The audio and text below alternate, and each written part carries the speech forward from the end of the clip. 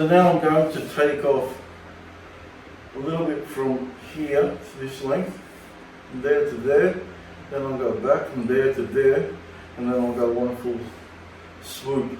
And this way I will ensure, or at least hope, that the edge will be parallel to the other side, so it won't be tapered.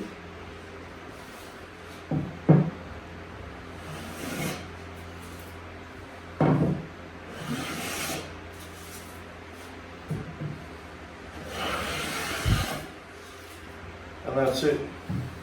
That's all that's needed. It's basically just taking off the machine marks left by the table saw from the sawmill, and it has to be squared. It cannot not be squared. And the reason why it has to be squared is because the blade here is perfectly parallel to the sole. Okay? And the other reason is the more strokes you do, the more you're going to bugger it up. So 1 or 2 strokes will ensure that you should remain square and for the job to be good. So now I'll just get to do the other ones.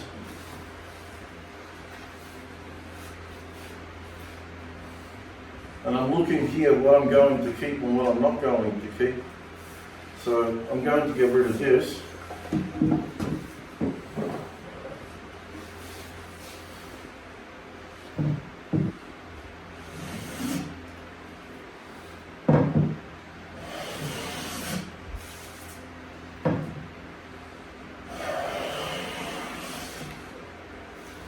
My hand accidentally went like this at the very end.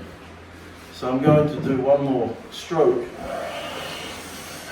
and fix that up. And I can see not much damage occurred. So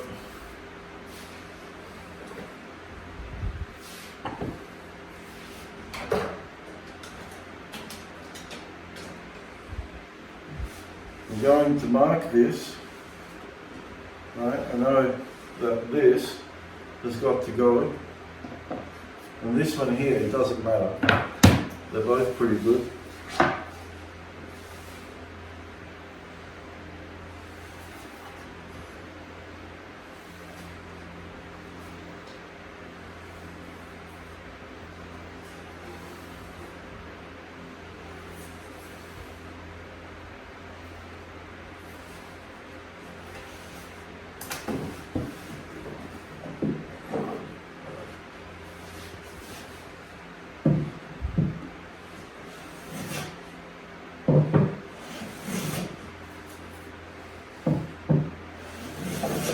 This one already is like this, so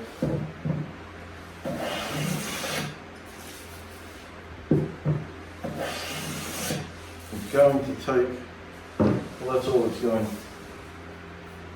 take, and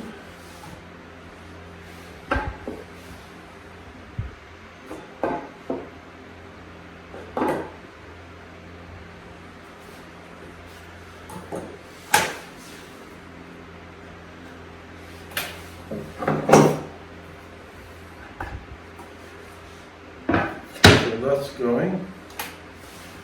This is the last one. Well, that's definitely not going to be that side. So this is the good side.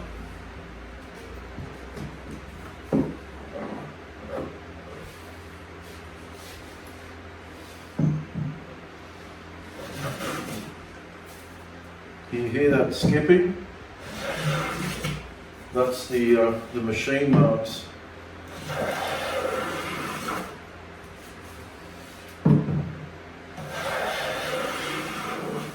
left by the saw, table saw. I'm going to have to do one more pass. Here, and right at the very end it's skipping. So they had a mishap here, right there. So I'm going to cut this side off.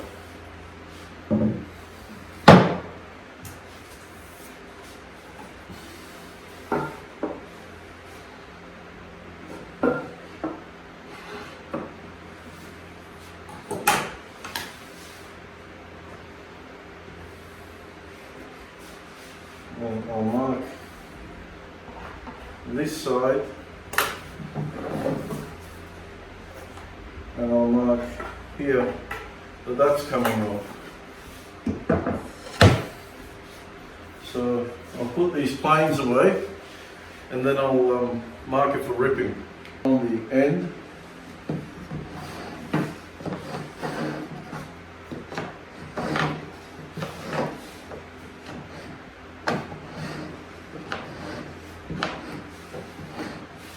because it likes to follow the grain.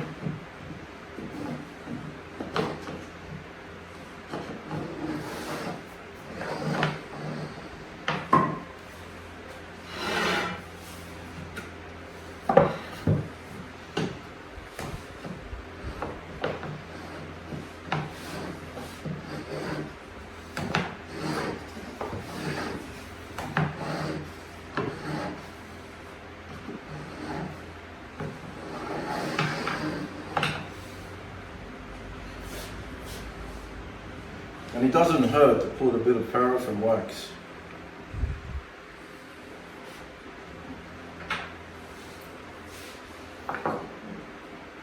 So this is done.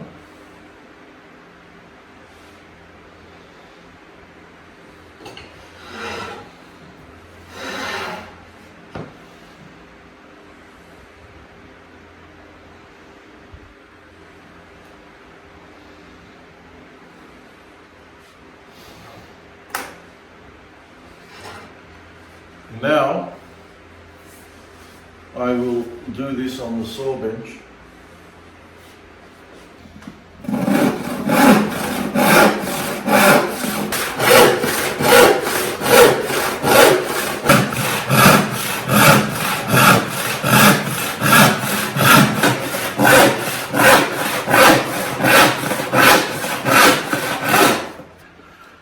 Now, I want you to have a look at the difference between the speed of cut between a 6 ppi saw and what this is, a 4 ppi saw.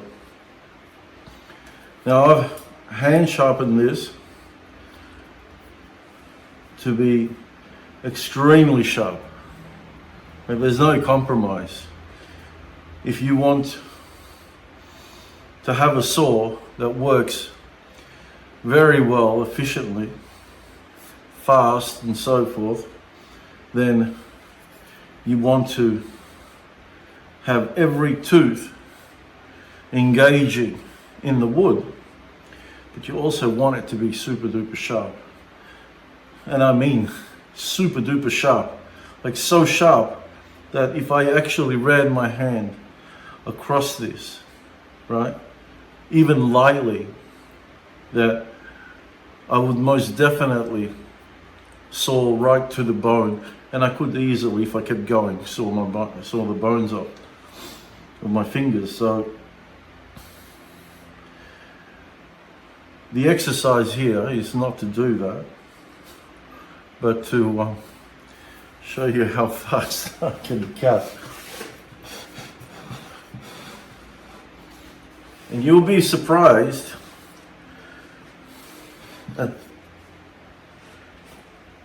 how long each stroke will take. I just hope I don't hit into the stand here.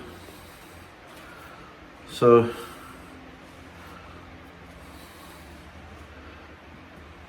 I don't know if you can see it. give me a look. Well, it's gonna have to do. I can't seem to. Can I?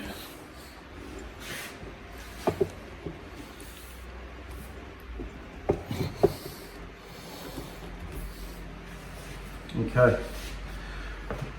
Here we go.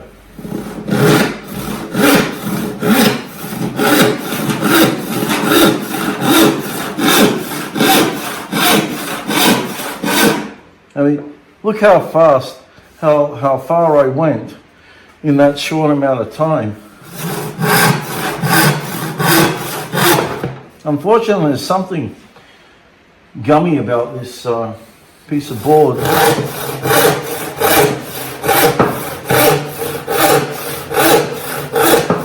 And it's really sticking on the blade. I should have checked it to see how, if it is wet or if something else is going on. But you can still see.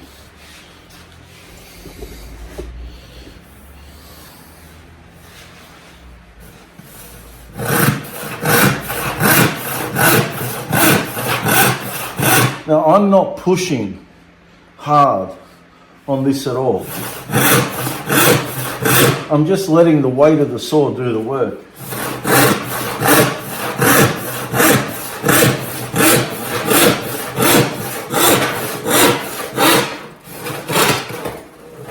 And that's it. So I'll put a moisture meter on this and I'll see what's going on here. But that's how fast 4 ppi, a rip saw that's well sharpened, can rip. So now we'll clean the edge. First thing I want to do is with a square, I want to check where I'm out of square. Because sometimes you saw perfectly parallel, and other times you go off. So this is set for a slightly heavier cut.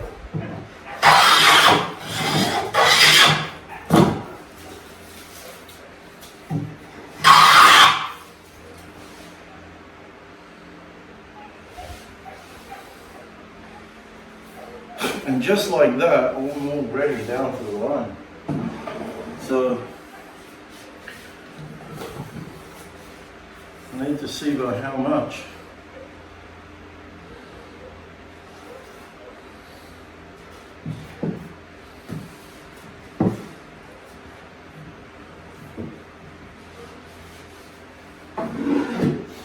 So with this one,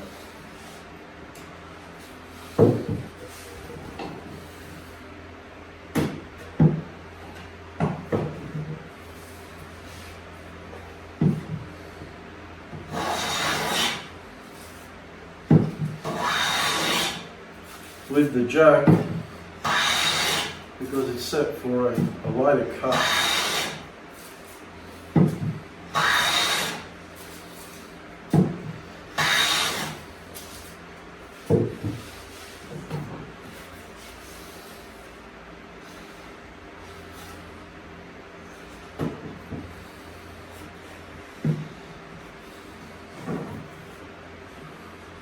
But I don't have to use this. I mean, honestly, I don't know why I don't use these planes more, since I paid so much for them.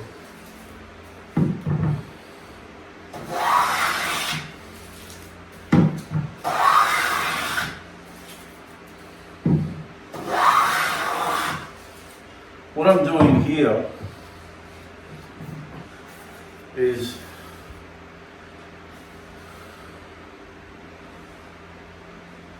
I'm leveling it out from there to there so it doesn't taper. And I think I've done it. So now I'll do what I did before.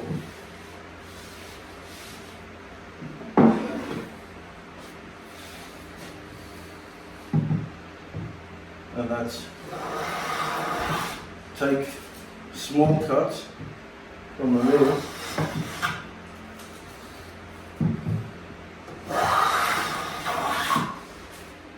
I want to show you another method. It's more or less a cheat on getting a square edge. First, I need to take off the bulk of the weight.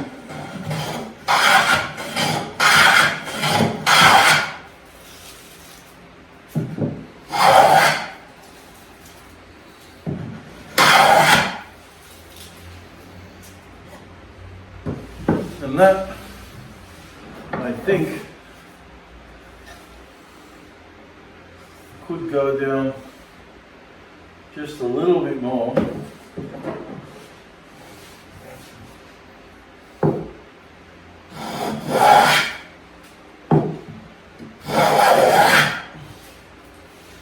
Now, I don't know whether this is square or not. For all intents and purposes of this video, we hope that it's not. And by far, it's not, and I may have gone overboard, may. So, it's very high on this side. Lee Nielsen, once upon a time, sold this coin. Right? How easy this is. It's a cheat, but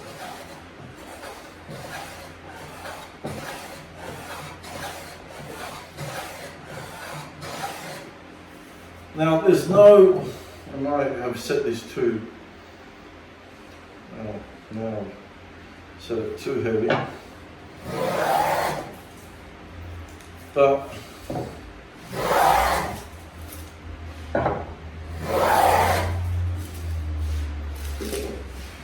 that should be done. And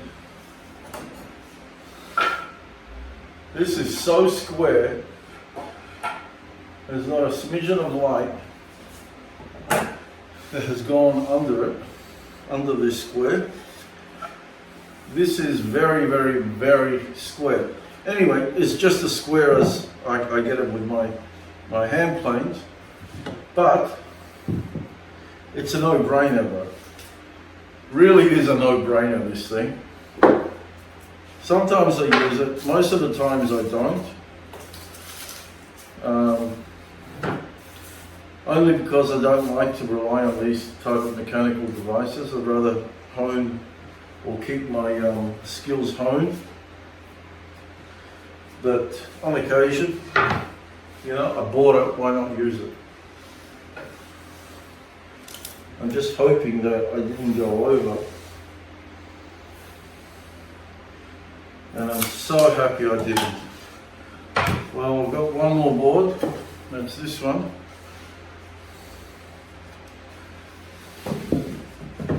And then I'll move on to the next part of this video.